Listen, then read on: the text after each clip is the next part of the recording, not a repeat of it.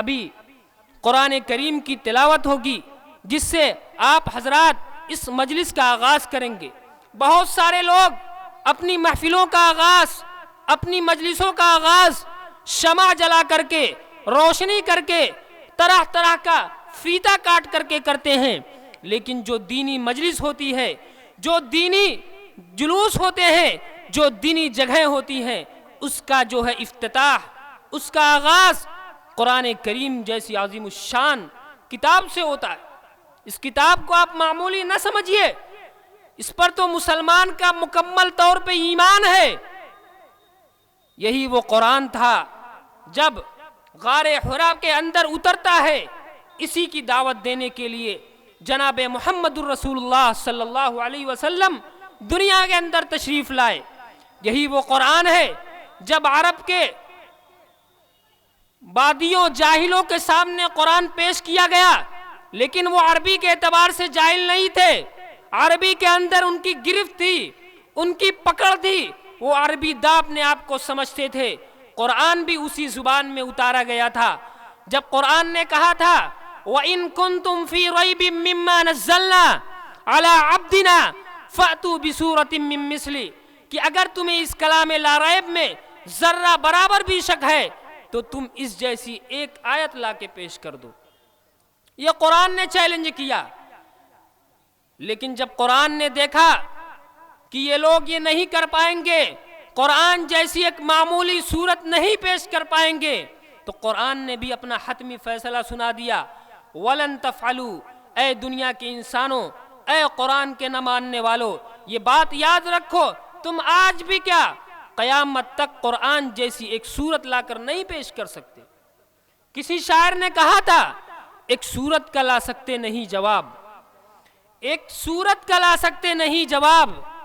علم کے دریاں رواں ہیں کس قدر قرآن میں۔ میرے مسلمان بھائیوں، اس مجلس کا آغاز ہم اسی قرآن مقدس کی آیت سے کریں گے۔ آپ جب قرآن کی آیت تلاوت کی جائے تو بغور اس کو سنیے، یہی وہ قرآن ہے جس کو مٹانے کے لیے ہمارے انگریزوں نے بہت ساری کوششیں کی، تقریباً 3 لاکھ قرآن کریم نظر آتش کیے، لیکن کچھ بھی نہ مٹا سکے۔ آج اگر یہ لوگ قرآن مٹانا چاہے تو نہیں مٹا سکتے، کیونکہ اللہ رب العزت نے قرآن کو ہمارے سینوں میں بسا دیا ہے۔ اسی لیے ہم چاہیں گے کہ اس مجلس کا آغاز ایک ایسے ننھے معصوم بچے سے جس کا نام نامی اسم گرامی جناب قاری ابو عبیدہ جناب قاری ابو دردہ ابن مولانا ابو عبیدہ رحمہ اللہ رحمتا واسعہ کو اس شعر کے ساتھ دعوتی اسٹیج دیتا ہوں کہ مکاں فانی مکی فانی ازل تیرا ابد تیرا، مکاں فانی مکی فانی ازل تیرا ابد تیرا، خدا کا آخری پیغام ہے تو، جاں ودا تو ہے۔ موصوف تشریف لائیں اور آیت قرآنی سے ارباب مجلس کے قلوب کو مجلہ منور فرمائیں۔ اعوذ باللہ من الشیطان الرجیم،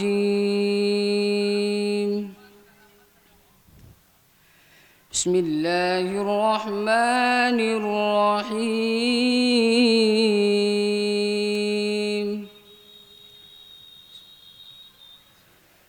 اقم الصلاة لدلوک الشمس إلى غسق الليل وقرآن الفجر إن قرآن الفجر كان مشهودا ومن الليل فتهجد به نافلة لك عسى أن يبعثك ربك مقاما محمودا وقل رب أدخلني مدخل صدق وأخرجني مخرج صدق واجعل لي من لدنك سلطانا نصيرا وقل جاء الحق وزهق الباطل إن الباطل كان زهوقا وننزل من القرآن ما هو شفاء ورحمة للمؤمنين ولا يزيد الظالمين إلا خسارا وإذا أنعمنا على الإنسان أعرض ونأى بجانبه وإذا مسه الشر كان يئوسا قل كل يعمل على شاكلته فربكم أعلم بمن هو أهدى سبيلا صدق اللہ العظیم۔ بہت خوب ماشاءاللہ۔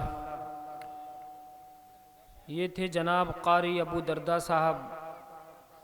جو قرآن کریم کی تلاوت سے ارباب مجلس کو مجلی و منور فرما رہے تھے، لیکن یہ شعر خون کی طرح میرے رگ و ریشے میں گردش کر رہا تھا کہ جو سب سے ضروری ہے مسلمان نہیں پڑھتے، جو سب سے ضروری ہے مسلمان نہیں پڑھتے، ایمان کے صحیفے کو نگہباں نہیں پڑھتے، ہم کیسے مسلمان ہیں کہ جو صبح سویرے اخبار تو پڑھ لیتے ہیں قرآن نہیں پڑھتے۔ معزز سامعین کرام، یہ آج ہمیں غور و خوض کرنے کا مقام ہے کہ وہی قرآن کریم جو ہمارے لیے قابل عمل قابل نمونہ ہے، اسی قرآن کریم کو آج مسلمان بالائے طاق رکھ کر اس کو فراموش کر رہا ہے۔ کیا یہ قرآن اسی لیے نازل کیا گیا تھا کہ ہم اس قرآن کو اپنے پیچھے رکھیں اور اس سے روگردانی کریں؟ یہ قرآن اسی لیے عرب کے تپتے ہوئے ریت پر بلال کو گرم تپتے ہوئے ریت پر لٹایا گیا تھا اور دین اسلام کی خاطر ان کو مارا پیٹا گیا تھا؟ اسی قرآن کریم کی خاطر صحابہ کرام اپنے آپ کو طرح طرح کی مصیبتوں میں مبتلا کرتے تھے۔ اگر آج مسلمان اس بات کو غور کر لے اور اپنے دین کا اپنی اسلام کا مطالعہ کر لے تو روز روشن کی طرح یہ بات عیاں ہو جائے گی کہ اسلام بہت ہی محنتوں کے بعد آج ہمیں نظر آ رہا ہے، اور جو کمیاں اور کوتاہیاں دکھ رہی ہیں اسی کی بدولت ہے۔ میرے مسلمان بھائیوں، اگر خدا کی قسم مسلمانوں کے اندر بعد فجر قرآن کریم کی آیت کا آغاز ہوتا رہے تو کبھی کسی کے گھر میں مصیبت نہیں آ سکتی۔ آج فون آتا ہے کہ فلاں گھر میں یہ مصیبت، میرے بہن کے ساتھ میرے شوہر کے ساتھ یہ مصیبت۔ یہی وجہ ہے ہم نے اللہ کو بھلا دیا، ہم نے قرآن کریم کو بالائے طاق رکھ دیا، اللہ ہم سے ناراض ہے، اسی وجہ سے ہمارے اوپر مصائب و آلام آ رہے۔ قرآن کریم کے اندر اللہ تعالیٰ ارشاد فرماتا ہے ما اصاب من مصیبت فبما کسبت ایدیکم ویعفو عن کثیر، کہ جو مصائب و آلام، جو پریشانیاں انسانوں کے اندر ہوتی ہیں خود انہی کے کرتوتوں کی وجہ سے ہوتی ہے، خود انہی کا کیا دھرا موجود ہوتا ہے۔ اس لیے میرے مسلمان بھائیوں، ابھی بچے نے قرآن کریم کی تلاوت کی، اس قرآن کا پیغام یہی ہے کہ قرآن کو ہم اپنے دل سے اپنائیں، اپنی زندگی میں عملی جامہ پہنائیں، تب جا کے یہ جلسہ کامیاب ہوگا۔ ہمیں کامیابی کی دہلیز پہ ہمارا قدم چومے گی۔